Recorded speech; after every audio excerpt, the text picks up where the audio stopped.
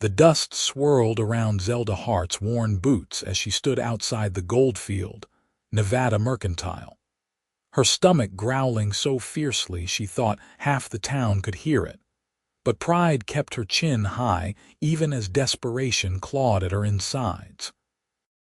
She had been standing there for nearly an hour, watching people come and go with their packages and supplies, trying to work up the courage to ask for credit she knew she could not repay.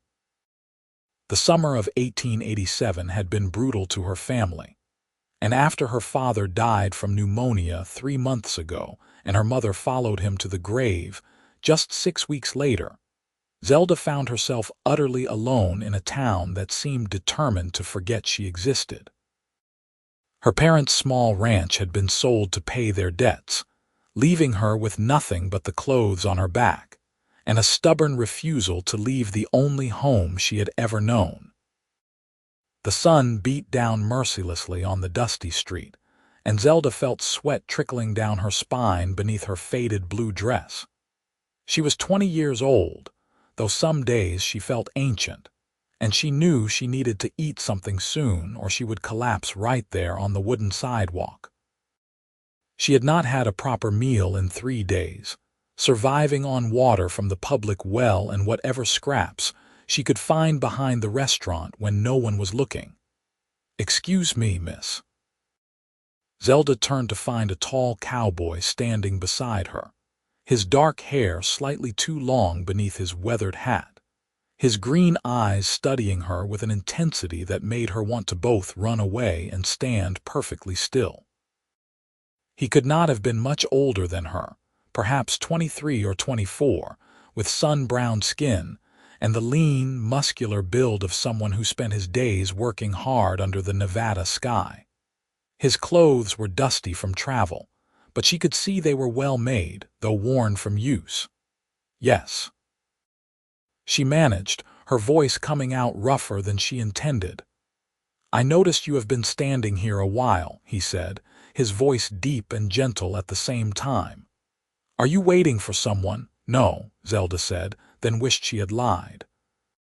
Something about this stranger made her want to tell the truth, which was dangerous. She had learned in the past months that vulnerability was something people exploited. The cowboy glanced at the mercantile door, then back at her. "Forgive me if I am speaking out of turn, but you look like you could use a meal. The restaurant across the street is not fancy, but the food is decent." Zelda felt her cheeks burn with humiliation. Was her desperation that obvious? "I am fine, thank you." "I did not mean to offend," he said quickly, and she heard genuine concern in his voice. "My name is Henry Jackson. I just rode in from California looking for work. I am new to Goldfield and thought maybe you could join me for lunch. I hate eating alone, and you would be doing me a favor by keeping me company." It was a kind lie, and they both knew it, but something in his eyes made Zelda pause. There was no pity there, no judgment, just a simple offer from one human being to another. Her stomach chose that moment to growl loudly, and she saw the corner of his mouth twitch, though he was gentleman enough not to smile. "I could not possibly," she said, though every fiber of her being screamed at her to accept. "Please," Henry said. "I really would appreciate the company. New town, do not know anyone. You would be doing me a kindness." Zelda looked at him for a long moment, trying to see past the surface, trying to determine if this was some sort of trap or cruel joke. But all she saw was sincerity and perhaps a loneliness that matched her own. Finally, she nodded, and the smile that broke across his face was like sunshine breaking through storm clouds. They crossed the dusty street together, and Henry held the restaurant door open for her. The smell of food hit Zelda so hard she had to pause for a moment to steady herself.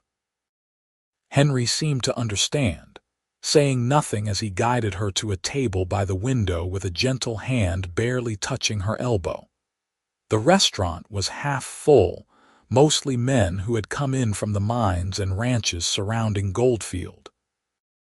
A few heads turned to look at them, and Zelda felt her spine stiffen. She knew what they were thinking, knew the assumptions they would make about a woman like her dining with a strange man, but she was too hungry to care anymore. A weary-looking waitress approached their table, and Henry ordered enough food for 4 people. When the woman left, Zelda finally spoke. "That is too much. I cannot let you spend so much money on me." "It is just food," Henry said easily, "and I am hungry enough to eat a horse. Besides, I got paid 2 days ago for a cattle drive from Sacramento.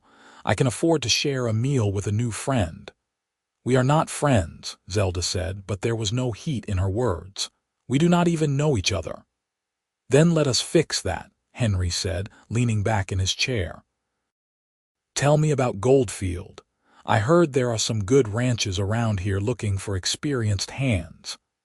Zelda found herself talking, and once she started, she could not seem to stop. She told him about the town, about the mines that had brought prosperity to some and heartbreak to others, about the ranches that struggled through the harsh Nevada summers. She did not tell him about herself, not yet, but Henry did not push. He just listened with those green eyes fixed on her face, as if every word she spoke was important. The food arrived, and Zelda had to force herself not to fall on it like a starving animal.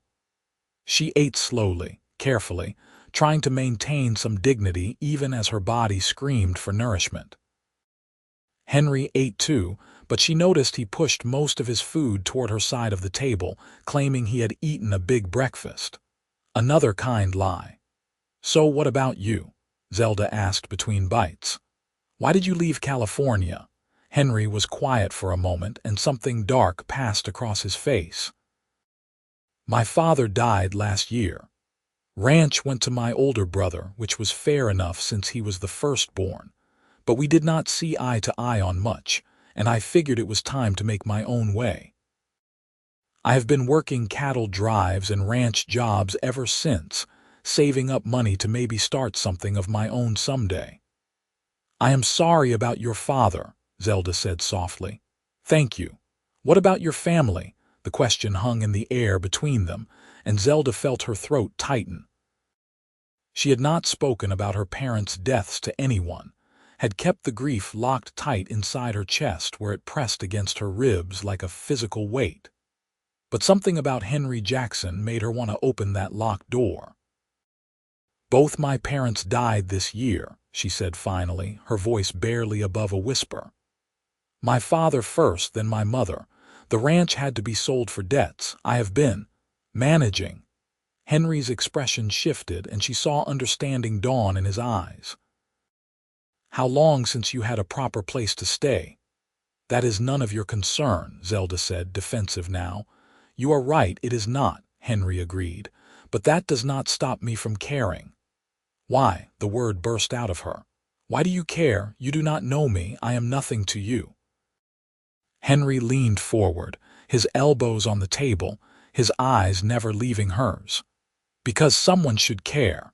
Because I know what it is like to feel alone in the world. Because when I saw you standing outside that mercantile, looking so proud and so lost at the same time, something in my chest twisted, and I knew I had to at least try to help." Zelda felt tears threatening and blinked them back furiously. She would not cry, not here, not in front of this stranger who was somehow not a stranger at all. "I do not need charity." "Good, because I am not offering charity," Henry said. "I am offering friendship, maybe more than that if you would let me." "More?" Zelda's voice was cautious. "A job," Henry said. "I heard the widow Thompson is looking for help with her boarding house. She is getting on in years and needs someone to help with the cooking and cleaning. Room and board included, plus a small wage. I could introduce you if you would like." Hope flared in Zelda's chest, so bright and painful she almost could not breathe. "You would do that?" "Already decided to do it before I asked," Henry said with a small smile. "I met Mrs. Thompson this morning when I was looking for a room. She mentioned she needed help. I told her I might know someone." "But you did not know me this morning," Zelda pointed out. "No," Henry agreed. "But I hoped I would find you, or someone like you, someone who needed a hand up, not a handout." They finished their meal in companionable silence, and when the check came, Zelda watched as Henry reached into his pocket and pulled out a small leather pouch. He counted out coins carefully, and she realized with a start that he had not been exaggerating about the cattle drive payment. He was not rich by any means, but he had enough to get by. As they stood to leave, Henry reached into his pocket again and pulled out a single silver dollar. He held it out to her. "Take this, for anything you might need before we get you sorted with Mrs. Thompson." Zelda looked at the coin, then at his face. "That is very kind, but I cannot take your money." "It is just $1, Henry said. "Is it your last one?" Zelda asked, her eyes dropping to his now empty pouch. Henry hesitated, and that was answer enough. Zelda felt something shift inside her chest, something that had been frozen for months suddenly beginning to thaw. This man, this stranger, was offering her his last dollar without hesitation, without expectation of anything in return. It was the purest gesture of kindness she had experienced since her parents died. "Keep it," she said softly, reaching out to close his fingers around the coin.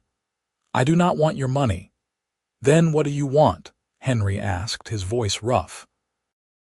Zelda looked up at him, at this cowboy with kind eyes and calloused hands, at this man who had seen her at her lowest and offered dignity instead of pity.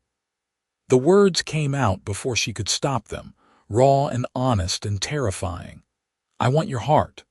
The silence that followed was deafening. Zelda felt her face flame with embarrassment. What had she been thinking? They had just met. He had offered her a meal and help finding work, and she had responded by saying something completely inappropriate. She started to turn away, to flee back into the anonymity of the street, but Henry's hand caught her wrist gently. "Wait," he said. Zelda forced herself to look at him, expecting to see shock or disgust or mocking laughter. Instead, she saw wonder. "Say that again," Henry said. "I should not have," Zelda began, but he shook his head. "Please." Zelda took a deep breath, found courage she did not know she possessed. "I said I want your heart, not your money, not your pity, your heart. I know that is insane, I know we just met. But you looked at me like I mattered, like I was still a person worth knowing, and I have not felt that way in so long. So if you are offering me something, offer me that. Offer me the chance to know you, really know you. Offer me your time and your truth and your heart." Henry stood there in the doorway of the restaurant, people moving around them, and slowly, deliberately, he smiled. It was the most beautiful thing Zelda had ever seen. "You can have it," he said simply. "It was probably yours from the moment I saw you anyway." They left the restaurant together and walked through the dusty streets of Goldfield toward the boarding house.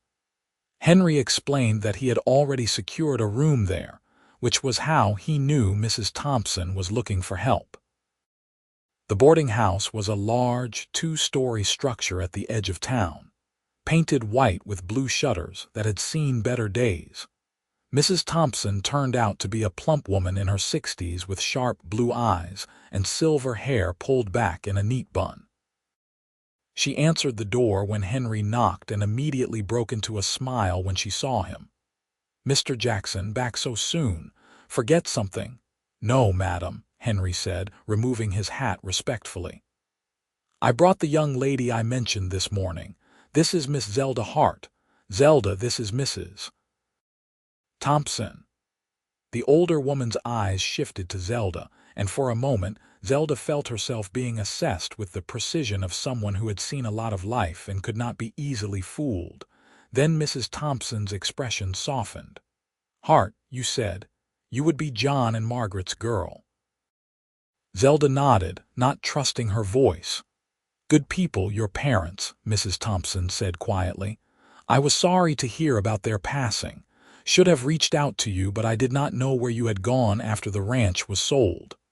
"I have been around," Zelda said vaguely. "Mrs.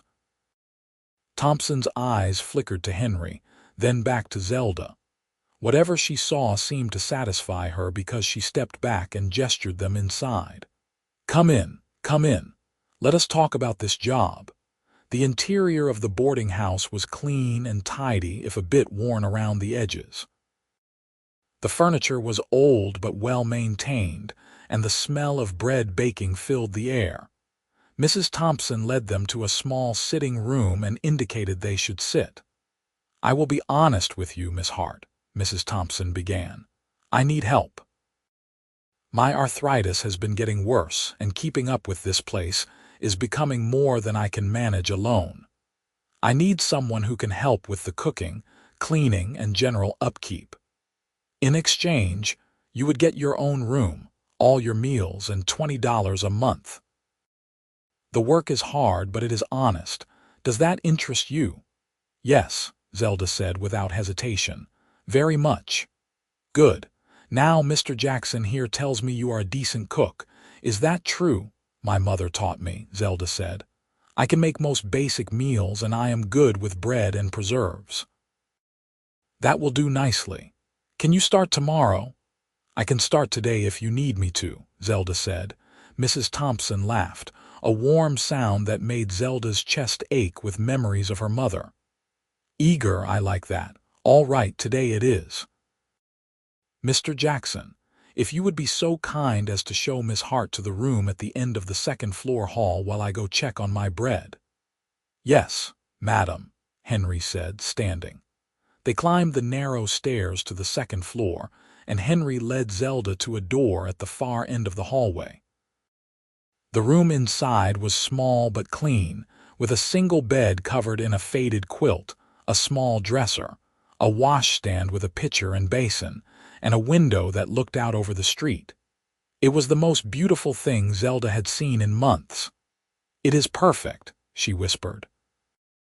"I am glad," Henry said from the doorway. "My room is 2 doors down if you need anything." Zelda turned to look at him, this man who had changed her life in the span of a few hours. "Why did you do this?" "I told you," Henry said. "Something about you called to me. I could not walk away even if I wanted to, and I do not want to." "What happens now?" Zelda asked. Henry stepped into the room, closing the distance between them but still maintaining a respectful space. "Now we take it slow. We get to know each other properly. I court you the right way, with walks and conversations and time.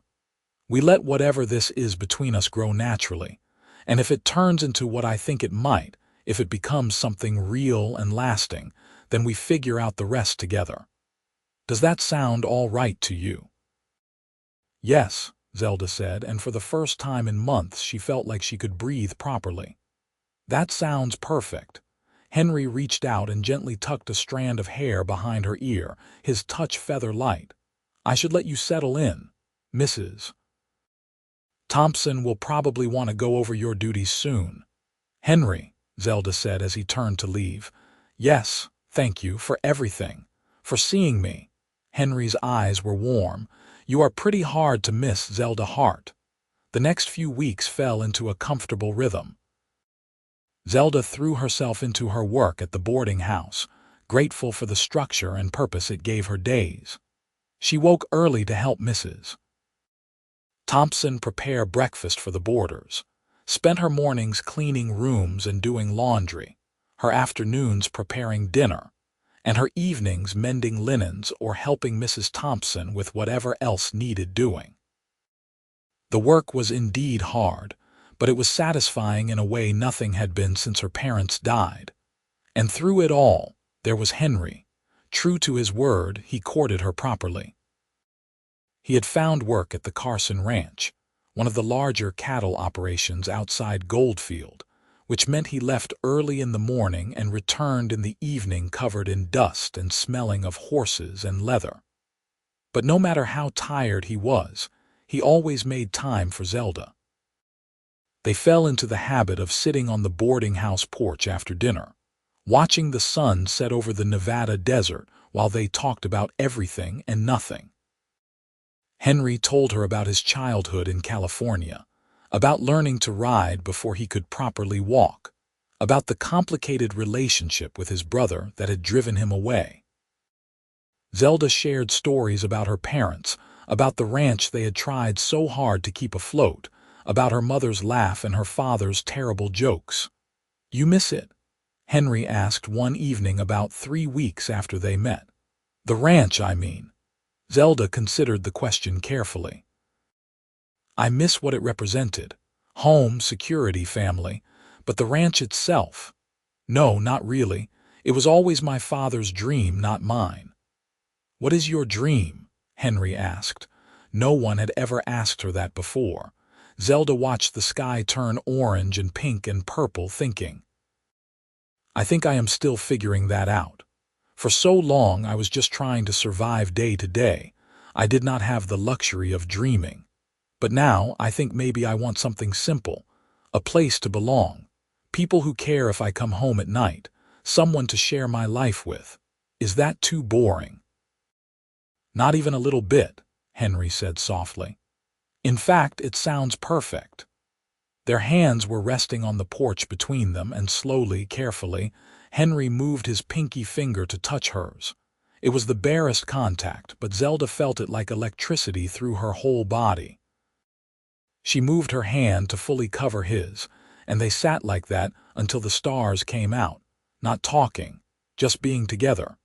Inside the boarding house, Mrs. Thompson watched from the window and smiled to herself. She had always been good at spotting two people meant for each other. As summer gave way to early fall, Henry and Zelda's relationship deepened. They took walks through town on her afternoon off, and Henry showed her the places he had discovered. A creek about a mile outside town where cottonwood trees provided shade, and the water ran clear and cold. A hill where you could see for miles across the desert. A little Mexican restaurant where the owner made the best tamales Zelda had ever tasted. But more than the places, they shared themselves. They talked about their fears and hopes, their past regrets and future possibilities. Henry told her about the guilt he felt over leaving California, wondering if he was running away rather than running toward something. Zelda confessed how angry she had been at her parents for dying, and how that anger had later turned into crushing guilt for feeling that way. "Grief is not logical," Henry said when she shared this. "You get to feel however you feel about it. Your parents would understand that." "How do you know?" Zelda asked. "Because they loved you enough to teach you to be strong, to survive even after they were gone. That kind of love does not come with conditions or judgments." It was conversations like these that made Zelda realize she was falling in love with Henry Jackson. Not the sudden, dramatic love of dime novels, but something deeper and more real. A love built on mutual respect and genuine understanding, on shared laughter and comfortable silences, on the way he looked at her like she was the most interesting person he had ever met. One evening in late September, about 2 months after they met, Henry asked Zelda if she would like to go on a proper picnic the following Sunday, which was her day off. She agreed, and spent the week both excited and nervous about what felt like a significant step forward in their relationship. Sunday dawned clear and warm, one of those perfect autumn days when the brutal Nevada heat had finally broken but winter's chill had not yet arrived. Mrs. Thompson packed them a basket of food with a knowing smile, and Henry arrived at noon with 2 horses, one for each of them. "I borrowed them from the ranch," he explained. "Mr. Carson said I could take them for the afternoon as long as I had them back by evening." Zelda had not been on a horse since before her father died, but the skill came back quickly. They rode out of town toward the creek Henry had shown her before, but this time they kept going, following the water upstream until they found a spot where the creek widened into a small pool surrounded by rocks and scrubby vegetation. Henry helped Zelda dismount, his hands warm and steady on her waist, and they spread out a blanket in the shade. The basket Mrs. Thompson had packed contained fried chicken, fresh bread, cheese, apples and cookies. They ate and talked and laughed, and Zelda felt a happiness she had not experienced in so long she had almost forgotten what it felt like. After they finished eating, Henry stood and offered his hand. "Walk with me." They followed the creek for a while, and Zelda noticed that Henry seemed nervous, which was unlike him. Finally, she stopped and turned to face him. "What is wrong?" she asked. "Nothing is wrong," Henry said. "Everything is actually very right, which is why I am nervous about messing this up." "Messing what up?" Henry took both her hands in his, looking down at their joined fingers before meeting her eyes. "Zelda, I know it has only been 2 months since we met. I know that is not very long in the grand scheme of things, but I also know what I feel and I know what I want. You told me that first day that you wanted my heart, and I gave it to you without question, but I want you to know exactly what that means." Zelda's own heart was pounding so hard she thought it might burst from her chest. "Tell me." "It means I am in love with you," Henry said simply. "It means I wake up every morning thinking about you and go to sleep every night wishing I could hold you. It means I want to build a life with you, a real life, the kind with a home and maybe someday children and definitely growing old together. It means I want to marry you, Zelda Hart, if you will have me." The world seemed to stop spinning. Zelda stared at Henry, at this good man who had appeared in her life exactly when she needed him most, who had offered her dignity and friendship and now love. 2 months ago, she had been standing outside the mercantile, alone and desperate and certain her life was over. Now she was here with this man, being offered everything she had thought she lost forever: home, family, future, hope. "Yes," she said, and then louder, "Yes, yes, yes." Henry's face lit up like fireworks, and he pulled her into his arms, spinning her around. When he set her down, he cupped her face in his hands, his thumbs brushing her cheeks. "May I kiss you?" "I would be disappointed if you did not," Zelda said. The kiss was gentle at first, almost tentative, as if they were both afraid of breaking something precious. But then it deepened, becoming a promise and a claim and a celebration all at once. When they finally pulled apart, both breathless, Henry rested his forehead against hers.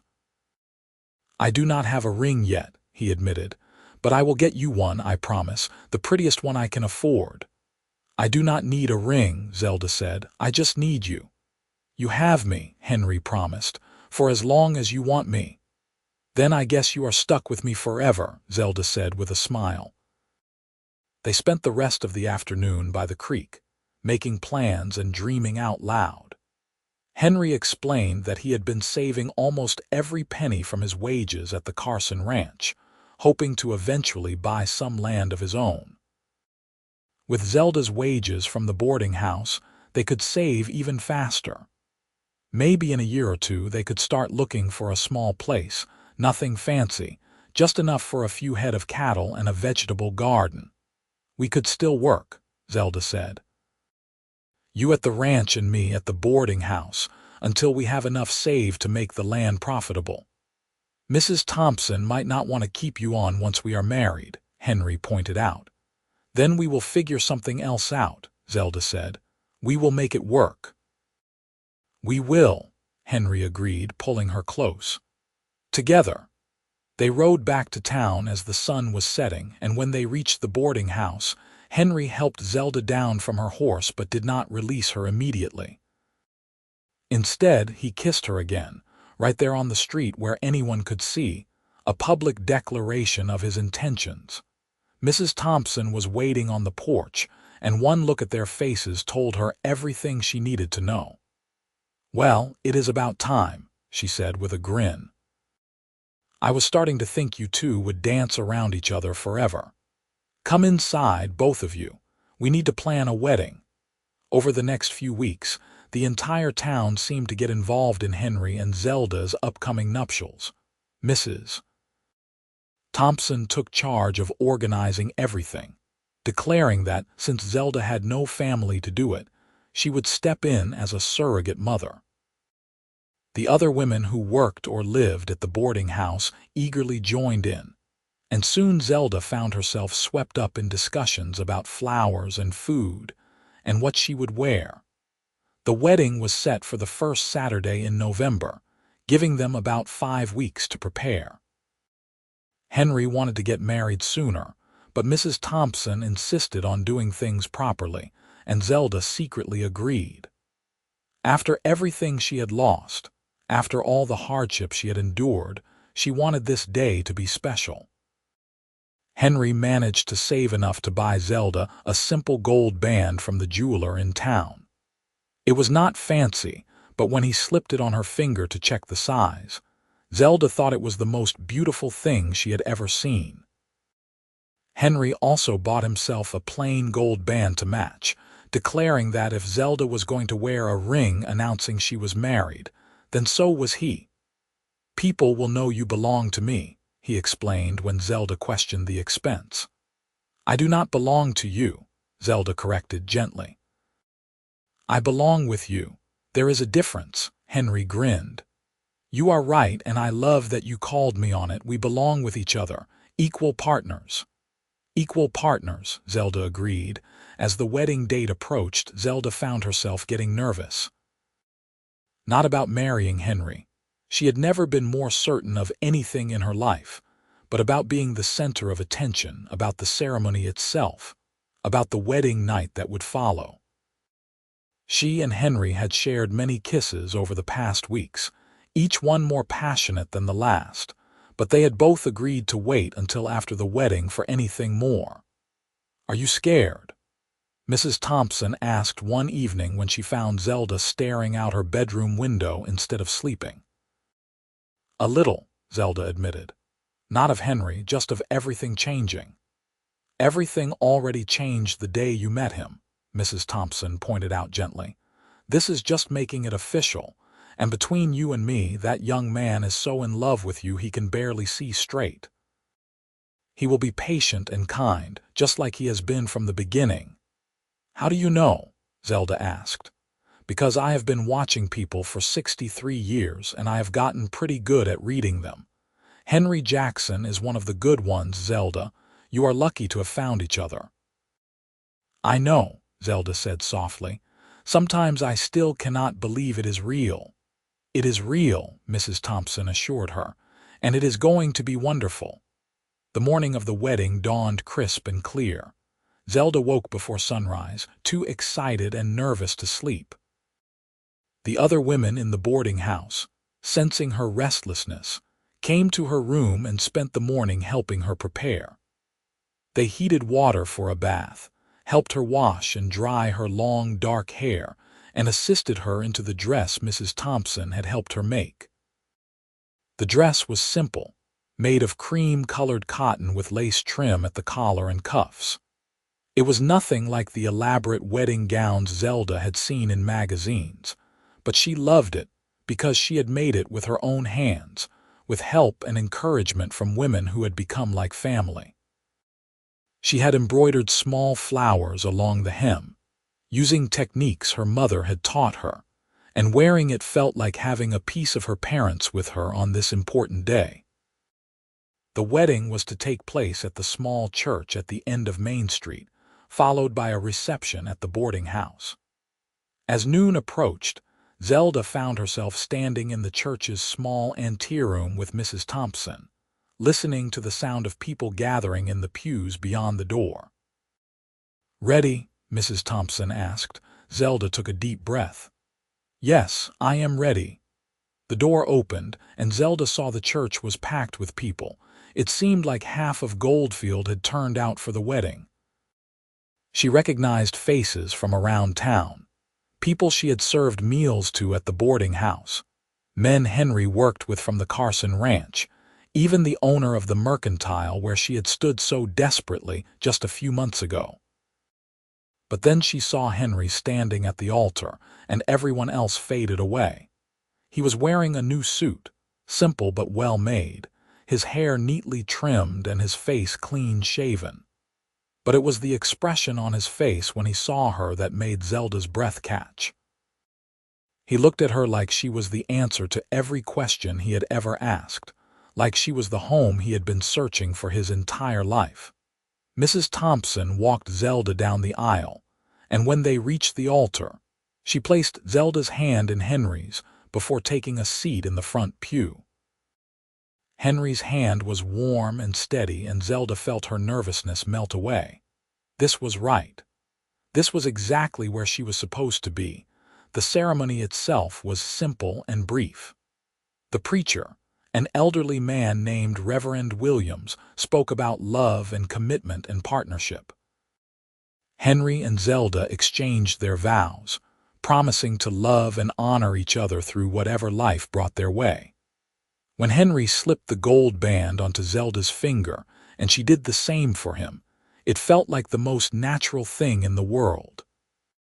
"You may kiss your bride," Reverend Williams announced with a smile. Henry pulled Zelda close and kissed her thoroughly, to the sound of applause and cheers from the congregation. When they finally pulled apart, both of them were smiling so wide it almost hurt. They walked back down the aisle together, hand in hand, husband and wife. Outside the church, people threw rice and shouted congratulations. Henry lifted Zelda into the wagon he had borrowed for the occasion, decorated with ribbons by some of the boarding house ladies, and they rode the short distance back to the boarding house for the reception. Mrs. Thompson had truly outdone herself.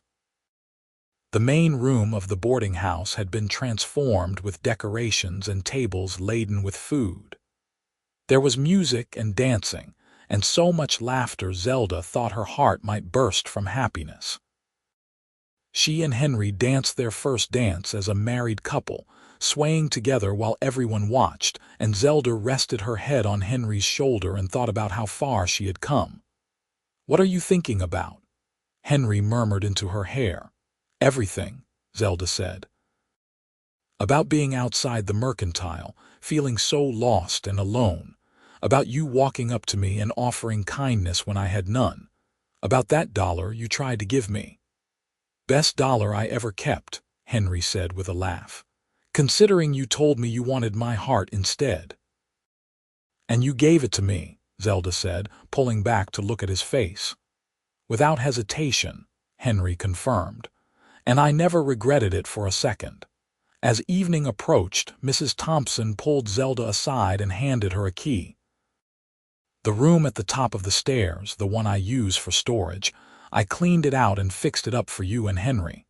Consider it my wedding present. You can stay there until you are ready to find a place of your own." Zelda hugged the older woman tightly. "Thank you for everything. For giving me a job, for helping with the wedding, for being there when I had no one." "You would have done just fine without me," Mrs. Thompson said, but her eyes were misty. "You are stronger than you know, Zelda Jackson, but I am glad I could help. Now go on, your husband is looking for you." As the last of the guests departed and the sun set on their wedding day, Henry took Zelda's hand and led her up the stairs to their new room. It was small but cozy, with a larger bed than the one Zelda had been sleeping in, a braided rug on the floor, and curtains at the window. Someone, probably Mrs. Thompson, had left a lamp burning low and placed flowers on the dresser. Henry closed the door behind them, and suddenly they were alone, truly alone, for the first time as husband and wife. Zelda felt nervousness flutter in her stomach again, but Henry seemed to sense it. He crossed the room and took both her hands. "We do not have to do anything tonight," he said gently. "We have the rest of our lives. There is no rush." "I want to," Zelda said. "I am just nervous. I do not really know what to expect." Henry cupped her face in his hands. "Then we will figure it out together. Slow and gentle, and we can stop any time you want. I love you, Zelda. That is what tonight is about, not obligation or duty, just love." "I love you too," Zelda whispered. What followed was tender and sweet, occasionally awkward as they learned each other's bodies, but filled with such love and care that Zelda felt tears on her cheeks by the end of it. Henry held her close afterward, pulling the quilt over them both, and Zelda listened to his heartbeat and thought about how this heart was hers now, just as hers was his. "Are you all right?" Henry asked softly. "More than all right," Zelda said. "I am happy, so happy." "Good," Henry said, pressing a kiss to her forehead. "That is all I want, for you to be happy." "Then you have succeeded," Zelda said, and she fell asleep in her husband's arms, safe and loved and home. The next few months passed in a blur of happiness and hard work.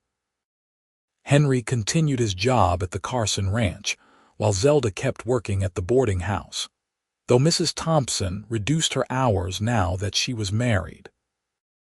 Every evening, Henry came home to their little room at the top of the stairs, and they would have dinner together, before spending the evening talking, raiding, or simply being together. They saved money diligently, putting aside every penny they could spare.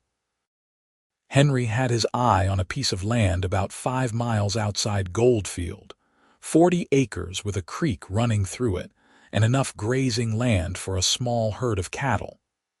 The owner was willing to sell for a reasonable price, but it would still take time to save up enough for the down payment. In January, Zelda realized her monthly courses had not come. She waited another 2 weeks to be sure before telling Henry, catching him as he was getting ready for work one morning. "I think I am pregnant," she said without preamble. Henry froze in the act of pulling on his boots. "What?" "I am fairly certain I am pregnant," Zelda repeated. Henry crossed the room in 2 strides and pulled her into his arms, lifting her off her feet and spinning her around. "That is wonderful. Amazing. How do you feel? Are you all right? Do you need to lie down? Should I get the doctor?" Zelda laughed, the sound bright and joyful. "I am fine. I feel good, actually. A little tired maybe, but good." Henry set her down but kept his hands on her waist. "A baby. We are going to have a baby." "Yes, we are," Zelda confirmed, and the look of pure joy on Henry's face was something she knew she would remember for the rest of her life. The pregnancy progressed smoothly. Zelda continued working at the boarding house through her first few months, though Mrs. Thompson eventually insisted she cut back even more as her belly began to swell. Henry became absurdly protective, worrying if Zelda so much as climbed a flight of stairs, but she found his concern endearing rather than annoying. In April, when Zelda was about 6 months along, Henry came home with news. "The owner of that land I told you about, he is willing to let us buy it with a smaller down payment if I agree to work off part of the price. It would mean longer hours for a while, but we could have the land, Zelda. We could start building our home." "Do it," Zelda said without hesitation. "We will make it work." The next few months were exhausting but exhilarating. Henry worked dawn to dusk, often 7 days a week, splitting his time between his regular duties at the Carson Ranch and clearing and fencing the land that was slowly becoming theirs.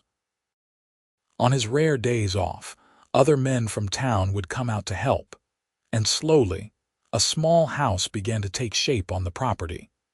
It was nothing fancy, just 3 rooms. A main living area with a kitchen, a bedroom, and a smaller room that would be the nursery. But it was solid and well built, with a stone fireplace and real glass windows. Henry built most of it with his own hands, with help from friends, and every nail he hammered was an act of love. Zelda, meanwhile, prepared for the baby's arrival. The women from the boarding house threw her a small party, gifting her with baby clothes they had sewn, blankets they had knitted, and advice they insisted on sharing despite Zelda's protests that she could not possibly remember it all. In late August, about 10 months after their wedding, Zelda went into labor. Mrs. Thompson had arranged for the local midwife, a competent woman named Mrs. Morrison, to attend the birth. Henry paced outside the bedroom door for hours, nearly wearing a path in the floor, until finally, in the early hours of the morning, he heard the sound he had been waiting for. A baby's cry. Mrs. Morrison opened the door with a smile. "You can come in now, Mr. Jackson. Meet your son." Henry entered the room to find Zelda propped up against pillows, exhausted but radiant, holding a tiny bundle wrapped in a soft blanket. She looked up at him with tears streaming down her face. "Henry, meet our son," she said softly. Henry approached the bed slowly, almost reverently, and looked down at the tiny face peeking out from the blanket. The baby had a shock of dark hair and was making small snuffling sounds. Something in Henry's chest cracked wide open, a love so fierce and protective it almost brought him to his knees. "He is perfect," Henry whispered. "Absolutely perfect, just like his mother." "What should we name him?" Zelda asked. They had discussed names before but never quite settled on one. Now, looking at their son, Henry said, "What about James? After your father," Zelda's eyes filled with fresh tears. "James Henry Jackson. That is perfect." Henry carefully sat on the edge of the bed, wrapping an arm around Zelda's shoulders while they both looked at their son. "I cannot believe we made this, a whole person." "We did," Zelda agreed. "We made a family." "Thank you," Henry said, kissing Zelda's temple. "For him, for us, for taking a chance on a dusty cowboy who offered you lunch one day." "Thank you for seeing me when I was invisible," Zelda countered. "For offering me your heart when I had nothing to give in return." "You gave me everything," Henry said. "You still do. Every single day." Little James stirred in Zelda's arms and she shifted to feed him, Henry supporting her back and watching in wonder as their son nursed for the first time. Outside the window, the sun was rising over the Nevada desert, painting the sky in shades of orange and gold. They moved into their new house a month later, once Zelda had recovered from the birth, and the house was fully ready. It was a proud day when Henry carried Zelda and baby James over the threshold of their own home, built on their own land. Mrs. Thompson came to visit, along with many of the people who had helped them over the past year, and they celebrated with food and music and laughter. That night, after everyone had gone home and James was asleep in his new cradle, Henry and Zelda stood on their small porch, looking out over their land. Henry had his arm around Zelda's waist, and she leaned into his solid warmth. "Do you ever think about that day?" Zelda asked. "Outside the mercantile, all the time," Henry admitted. "I think about how easily I could have walked past you, could have minded my own business, and then where would we be?" "But you did not walk past," Zelda said. "You stopped, you saw me." "How could I not?" Henry said. "You were standing there looking so fierce and proud, even though I could see you were hurting. Something in me just knew I had to talk to you." "I almost said no," Zelda confessed. "To lunch, I mean. I almost let my pride get in the way of the best thing that ever happened to me." "But you did not," Henry pointed out, echoing her words. "You let me buy you lunch, and then you said something so brave and honest it changed both our lives." "I still cannot believe I actually said that," Zelda said with a laugh. "Keep it, I want your heart." "What kind of person says that to someone they just met?" "The kind of person who knows what she wants," Henry said. "The kind of person who is honest and brave and not afraid to risk everything for something real. That is who you are, Zelda. That is who you have always been." "We have built a good life, haven't we?" Zelda said, looking out at their land, at the house Henry had built with his own hands, at the life they were creating together. "The best life," Henry agreed, "and it is only going to get better." He was right. The years that followed were filled with hard work, but also deep contentment. Henry built up their small ranch slowly, carefully, never taking on more than they could handle. Zelda managed their home and raised James and later, 2 more children. A daughter they named Margaret after Zelda's mother, born 2 years after James, and another son they named Thomas, who arrived 3 years after that. The ranch prospered, not making them rich but providing enough for a comfortable life. Henry hired a young hand to help with the work, which allowed him more time with his family. Zelda kept chickens and a large vegetable garden and became known in Goldfield for her preserves and baked goods, which she sometimes sold to the mercantile for extra income. But more than the material success, what made their life rich was the love that filled their home.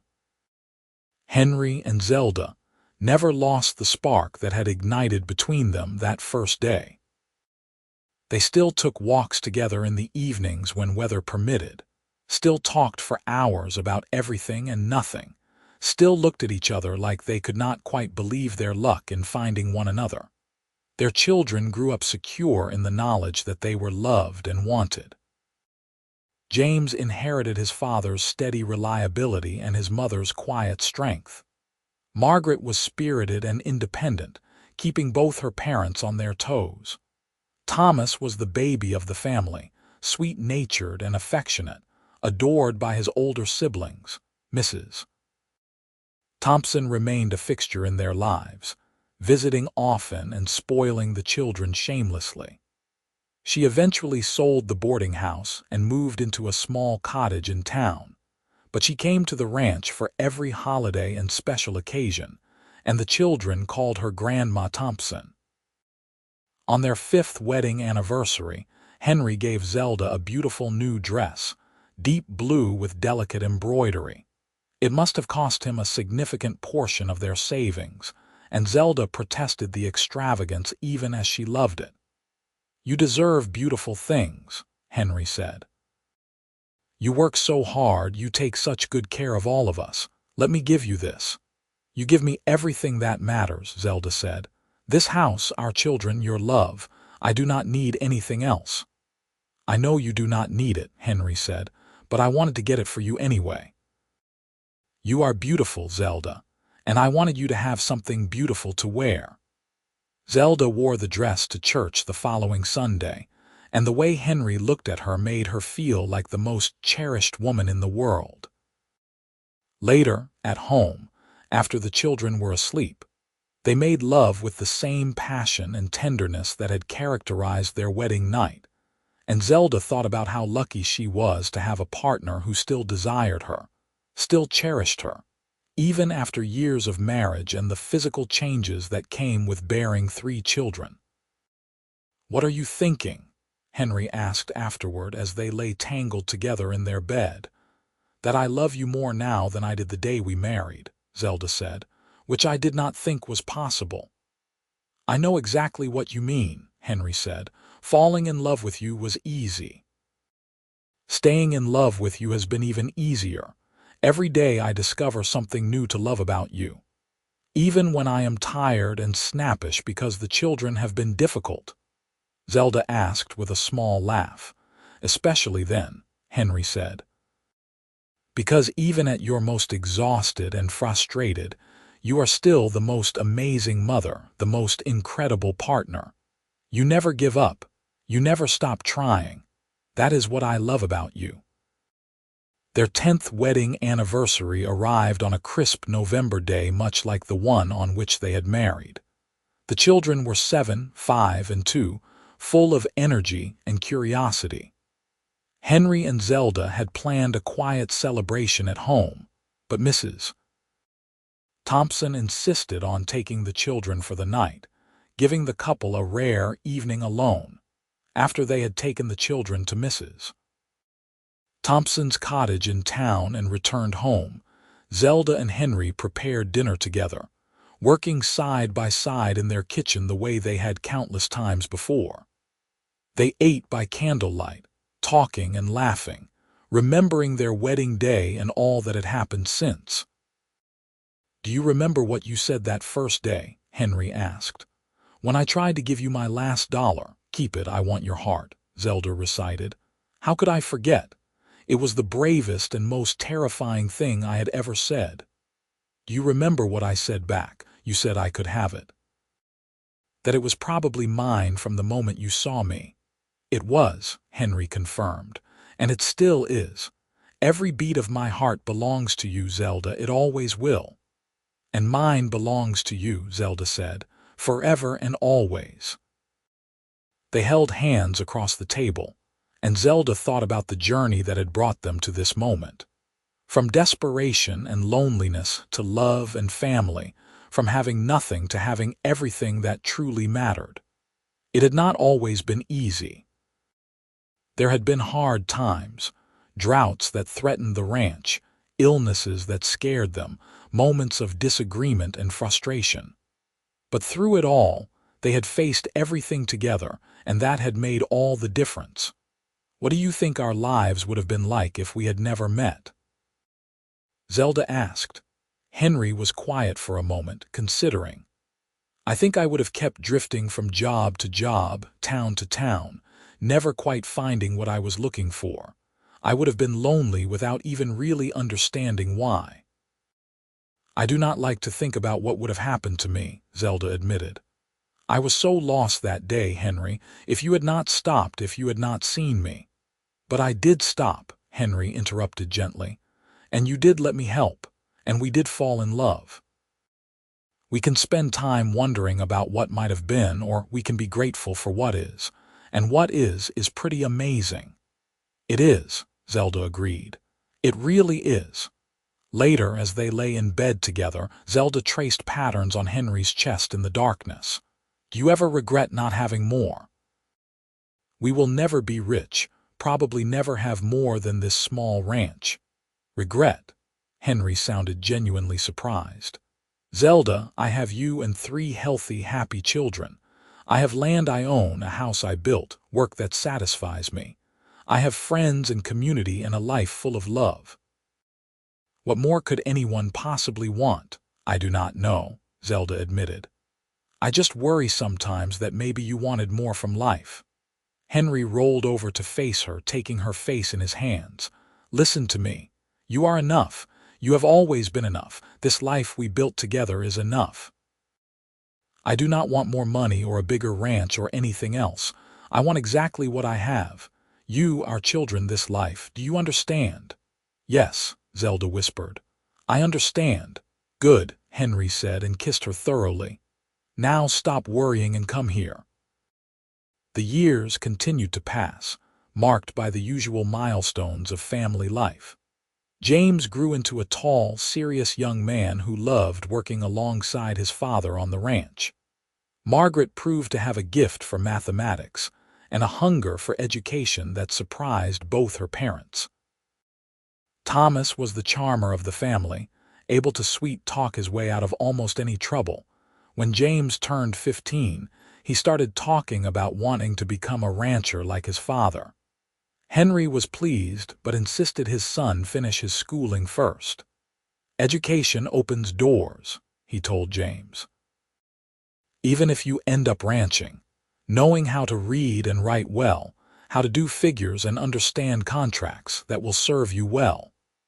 Margaret, meanwhile, shocked everyone by announcing at 13 that she wanted to become a teacher. Education opportunities for women were limited, but Zelda was determined her daughter would have every chance to pursue her dreams. She spoke with the schoolteacher in Goldfield, who agreed to mentor Margaret and provide advanced lessons. Thomas was still young enough that his future remained uncertain, but he showed signs of inheriting his father's gentle way with animals and his mother's nurturing nature. On their 15th wedding anniversary, Henry surprised Zelda by taking her on a trip. He had arranged for James to manage the ranch for a few days with help from their hired hand, and for Mrs. Thompson to watch the younger children. They traveled to Sacramento, California, staying in a real hotel and eating in restaurants and seeing sights Zelda had only read about in books. Why did you do this? Zelda asked on their second evening as they sat in their hotel room looking out over the unfamiliar city. Because you deserved a honeymoon 15 years ago and never got one, Henry said. Because you have worked so hard and sacrificed so much for our family. Because I love you and wanted to give you an adventure." "You are my adventure," Zelda said. "You always have been." "Then consider this a bonus adventure," Henry said with a grin. The trip was wonderful, but Zelda found herself missing their children and their home by the third day. As much as she enjoyed the novelty of the city, her heart belonged to their small ranch in Nevada. When they returned home and were greeted by 3 excited children and a house that suddenly seemed louder and more chaotic than she remembered, Zelda felt complete again. "Welcome home," James said, trying to sound adult and responsible but unable to hide his relief that his parents were back. "Did you miss us?" Henry asked, scooping Thomas up in his arms. "So much," Margaret said, hugging Zelda tightly. "The house was not the same without you." "We missed you too," Zelda assured her. "All of you. So very much." That night, after the children were finally settled in bed and Zelda and Henry had unpacked, they sat together on their porch as they had so many times before. The Nevada sky was vast and clear, stars scattered across it like diamonds on black velvet. "It was a wonderful trip," Zelda said, "but I am glad to be home." "Me too," Henry agreed. "As much as I enjoyed seeing new places, nothing compares to this, to our land, our home, our family." "We have built something really good here, haven't we?" Zelda said. "We have," Henry confirmed. "Better than I ever dreamed possible back when I was a rootless cowboy drifting from job to job. Better than I imagined when I was standing outside that mercantile, thinking my life was over," Zelda added.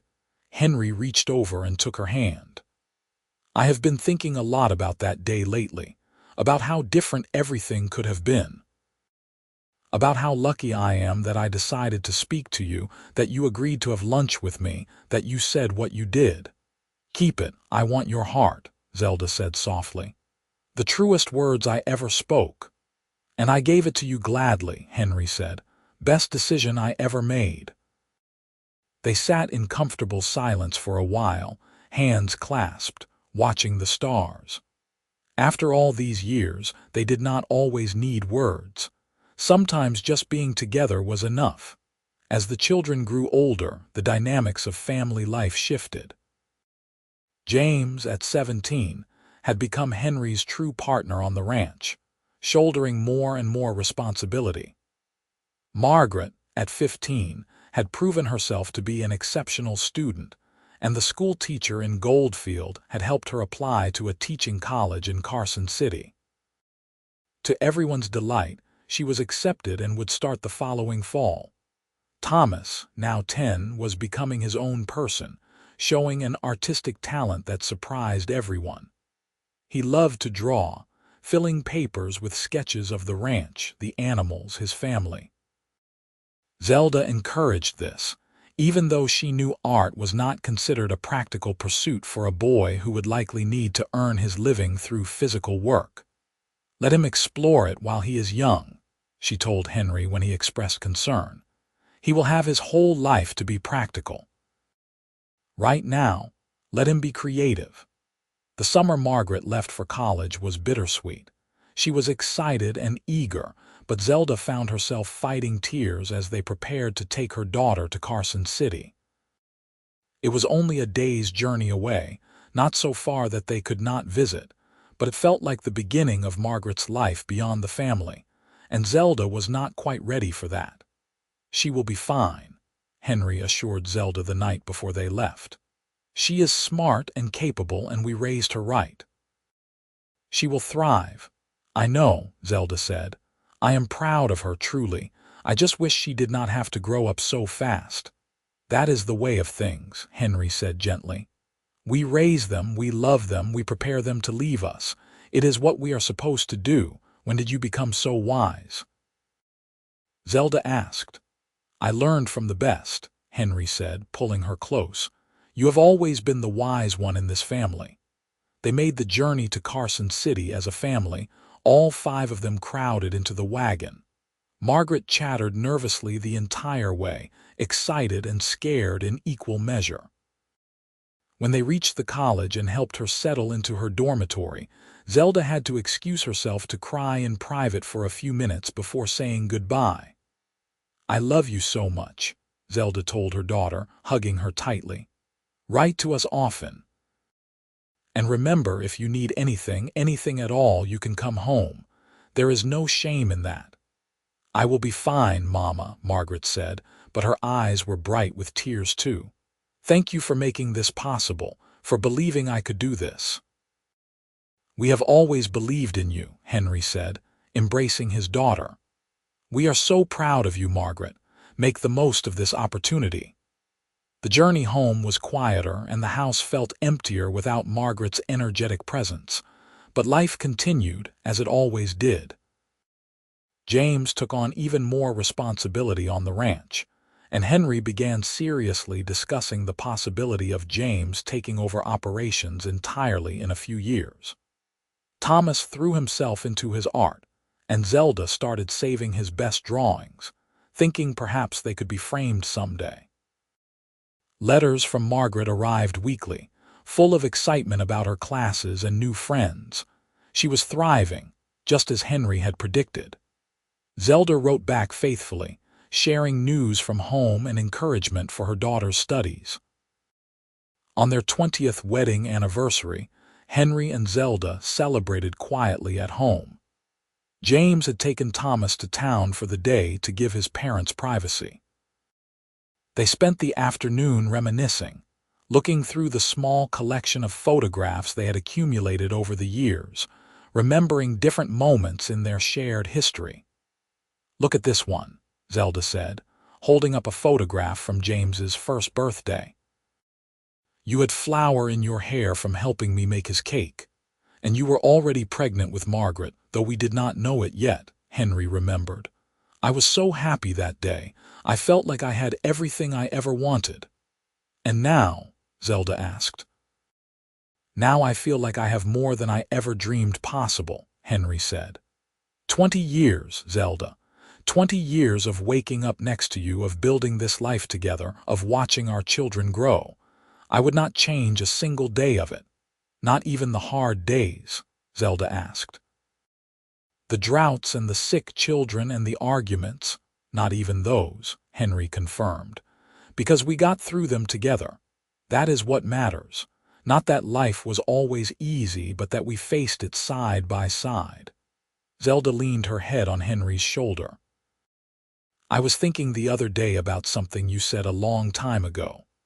That first day when I said I wanted your heart instead of your dollar, you told me it was probably mine from the moment you saw me. Do you remember?" "Of course I remember. It was true then, and it is true now." "What did you see in me that day?" Zelda asked. "I was dirty and desperate and probably looked half crazy.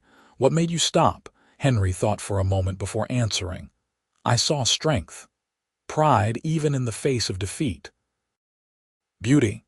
Not just physical beauty, though you were certainly that, but a deeper beauty. The beauty of someone who refused to give up even when giving up would have been easier. And I saw possibility. The possibility that if I was brave enough to speak to you, my whole life might change. And it did." "You changed mine too," Zelda said. "You saved me, Henry, not just from hunger or homelessness, but from despair. You reminded me that life could still be good, that I could still be happy, that I deserved to be happy." "You saved me right back," Henry said. "I was drifting, Zelda.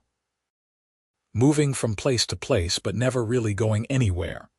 You gave me purpose, direction, a reason to build something lasting. You gave me a home, and I do not just mean this house.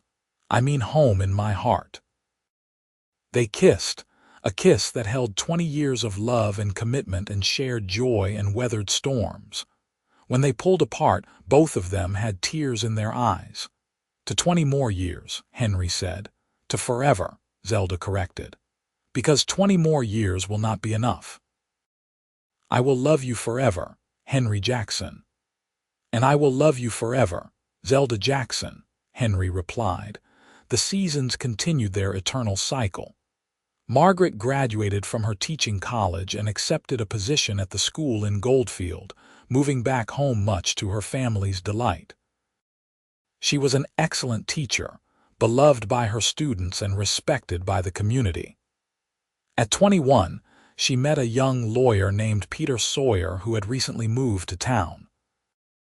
They courted for a year before marrying, and Zelda watched her daughter walk down the aisle of the same church where she and Henry had married, feeling the bittersweet ache of watching her child begin her own journey. James, at 23, took full control of the ranch with Henry's blessing. Henry still helped with the work, but stepped back from the day-to-day management. This gave him more time for other pursuits, including helping Thomas, now 15, explore opportunities for his art. They made a trip to Carson City to visit galleries and art studios, and Thomas returned home with a renewed passion for his drawings and paintings. 2 years after Margaret's wedding, she gave birth to a daughter, making Zelda and Henry grandparents for the first time.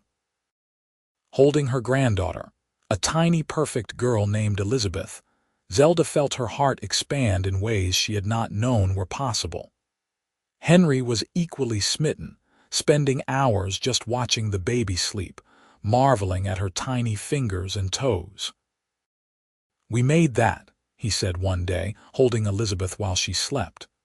"Well, Margaret and Peter made her, but we made Margaret, which means we are partially responsible for this little miracle." "That is very circular logic," Zelda said with a laugh. "But yes, in a way, we did help make her." "Strange to think about, is not it?"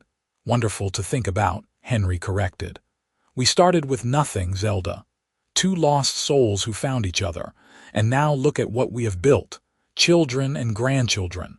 A legacy." James married a year later to a sweet girl named Anna who had grown up on a neighboring ranch. They moved into the house that Henry and Zelda had built all those years ago, taking over the ranch fully. Henry and Zelda, now in their late 40s, built a smaller house on their property, just 2 rooms and a porch, perfectly sized for the 2 of them. Thomas, who had turned 18, surprised everyone by announcing he had been accepted to an art school in San Francisco. It was a bold and somewhat impractical choice, but Zelda and Henry supported him anyway, having learned from Margaret that their children needed to follow their own paths. On their 30th wedding anniversary, Zelda and Henry sat on the porch of their small house, watching the sunset paint the Nevada sky in brilliant colors.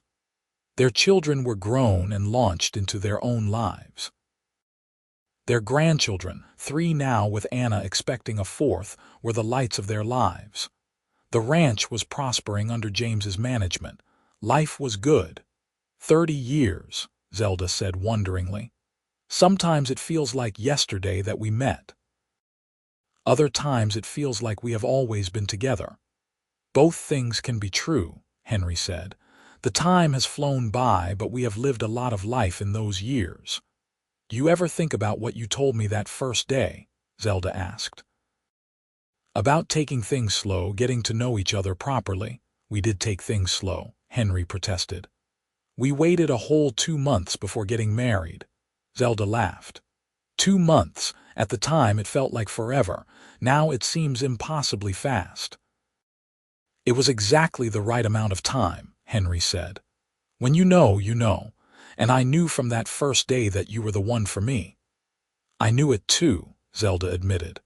"When you offered me that $1 and I told you I wanted your heart instead, that was me knowing. That was me choosing you, choosing us, choosing the possibility of love over the safety of keeping my walls up." "Best choice you ever made?" Henry asked with a grin. "Second best," Zelda corrected. "The best choice was saying yes when you invited me to lunch that day. That is where it all started." "For me, the best choice was stopping to talk to you in the first place," Henry said. "I almost did not, you know. I almost just walked past, minded my own business. Something made me stop. Fate, maybe, or divine intervention, or just dumb luck. Whatever it was, I am grateful for it," Zelda said. They sat in silence for a while, comfortable with each other in the way only people who had spent decades together could be. The sun sank lower and the first stars began to appear in the darkening sky. "Henry," Zelda said eventually. "Yes, love, promise me something. Anything. Promise me that when our time comes, whether that is in 5 years or 25 years, we will go together. I cannot imagine existing in this world without you beside me." Henry reached over and took her hand, his grip still strong despite the years. "I promise I will do everything in my power to make sure we go together. But if that is not possible, if one of us has to go first, promise me you will keep living. Really living, not just existing. Promise me you will find joy in our children and grandchildren, in the life we built, in the memories we made." "I promise," Zelda said, though the thought of life without Henry was almost unbearable. "But I still hope we go together." "Me too," Henry said softly. "Me too." The years that followed were peaceful ones. Henry and Zelda settled into the comfortable rhythms of later life. They spent time with their grandchildren, teaching them to ride horses and bake bread and appreciate the beauty of the Nevada desert. They visited their children often and welcomed visits in return. They took care of their health and each other, determined to have as many years together as possible. Mrs. Thompson passed away at the age of 93, dying peacefully in her sleep. Her funeral was well attended, and Zelda wept openly, mourning the loss of the woman who had been like a mother to her when she had no mother of her own. In her will, Mrs. Thompson left Zelda her mother's recipe box, a treasure trove of handwritten cards that Zelda cherished. Margaret had 3 more children, giving Zelda and Henry 6 grandchildren total from her. James and Anna had 5 children, tough and capable kids who loved the ranch as much as their father did. Thomas, surprisingly, married a woman he met in San Francisco and had twin daughters, bringing the grandchild count to 13. On their 40th wedding anniversary, the whole family gathered at the ranch for a massive celebration. All their children and grandchildren came, filling the property with noise and laughter and love. Looking around at the faces of the family they had created, Zelda felt overwhelmed with gratitude. "Look at this," she whispered to Henry. "Look at what we made." "It is pretty spectacular," Henry agreed. "Hard to believe it all started with me offering you lunch, and me asking for your heart," Zelda added, "and me giving it to you without hesitation," Henry finished. That night, after everyone had left or gone to bed, Henry and Zelda took a slow walk around the property. They were both in their 60s now, moving more carefully than they once had, but still healthy and active. They walked hand in hand as they had countless times over the decades, talking quietly about the day and their family and their life. "I have been thinking," Henry said as they paused to look up at the stars, "about that $1, my last $1. Do you know what I did with it?" "Spent it on food, I imagine," Zelda said. "Or supplies." "No," Henry said. "I kept it. All these years I have kept it. Want to see?" He reached into his pocket and pulled out a small leather pouch, the same one he had been carrying that first day.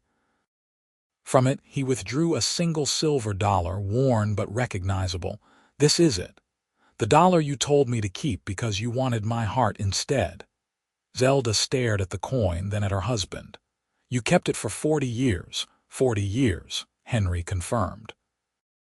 "I kept it as a reminder of the day my life changed. The day I met the woman who would become my everything. I have carried it with me all this time." Tears spilled down Zelda's cheeks. "That is the most romantic thing I have ever heard." "I want you to have it," Henry said, pressing the coin into her hand. "Not because you need it, but as a symbol. You said you wanted my heart and you got it, but I want you to have this too." A tangible reminder that 40 years ago, a broke cowboy met a desperate young woman, and somehow, against all odds, they built a beautiful life together. Zelda closed her fingers around the coin, feeling its weight in her palm. "I will treasure it always, just like I treasure you." They stood there under the stars, holding each other, two people who had weathered decades together and come through stronger for it. The Nevada desert stretched out around them, vast and beautiful and home. Their family slept nearby, safe and loved. Their life's work surrounded them in the land and the buildings and the legacy they had created. "You know what the best part of these 40 years has been?" Henry asked. "What?" Zelda asked. "Every single day with you. Every morning I woke up knowing you would be there. Every evening I came home to your smile. Every moment, big and small, shared with you. That has been the best part." "For me too," Zelda said. "You have been my greatest adventure, Henry Jackson, my greatest love, my greatest everything." "And you have been mine, Zelda Jackson," Henry replied. "From the moment you looked at me and said you wanted my heart, you have been mine."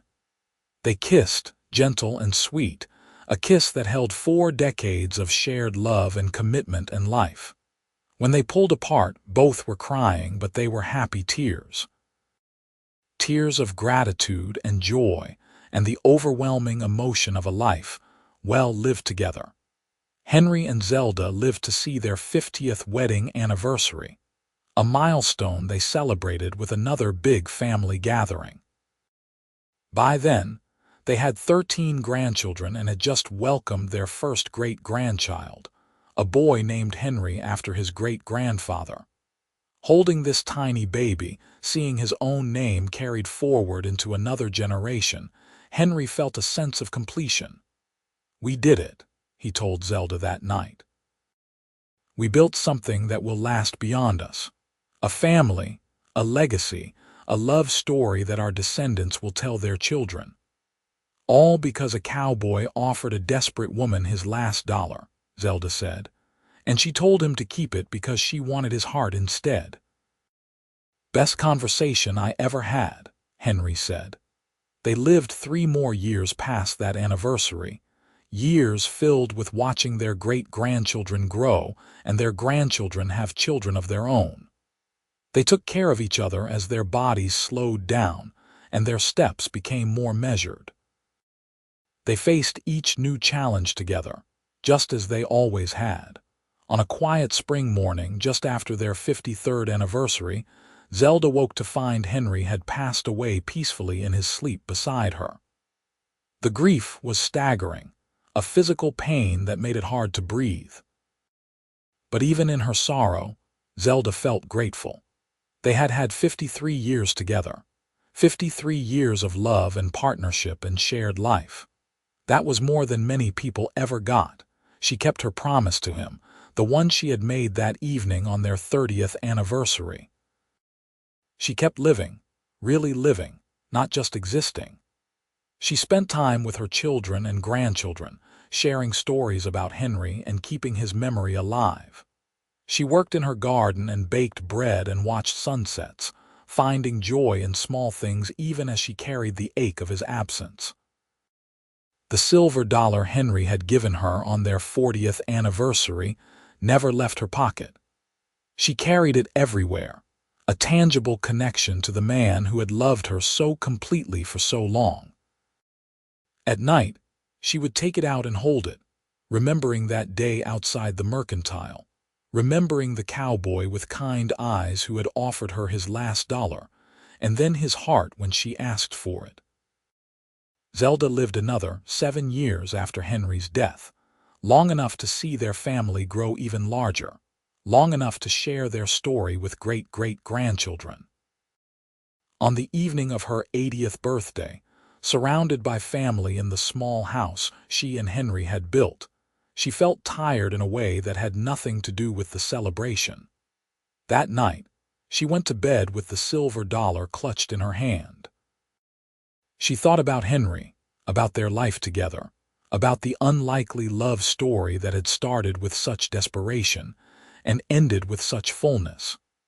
She thought about standing outside the mercantile, thinking her life was over, having no idea that her true life was about to begin. "I am coming, Henry," she whispered into the darkness. "Wait for me." Zelda passed away peacefully in her sleep, the silver dollar still in her hand.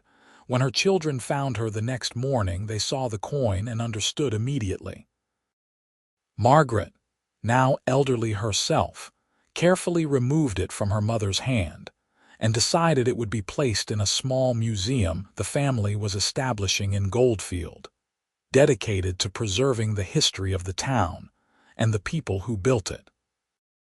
The silver dollar sits in that museum to this day, displayed with a small plaque that tells the story of the cowboy who offered his last dollar to a desperate woman, and the woman who asked for his heart instead. It has become something of a legend in Goldfield, a reminder that love can bloom even in the most unlikely circumstances, that kindness matters, that two people who choose each other can build something that lasts for generations. The house Henry built still stands on the land they made their own, now home to James and Anna's great-grandchildren. The ranch continues to operate, passed down through the family, a living testament to what Henry and Zelda created together. Their descendants number in the dozens now, spreading out across Nevada and California and beyond, all carrying pieces of Henry and Zelda's legacy in their blood and their values and their stories. But more than the physical legacy, more than the land and the buildings and the thriving family tree, what Henry and Zelda left behind was a story of hope.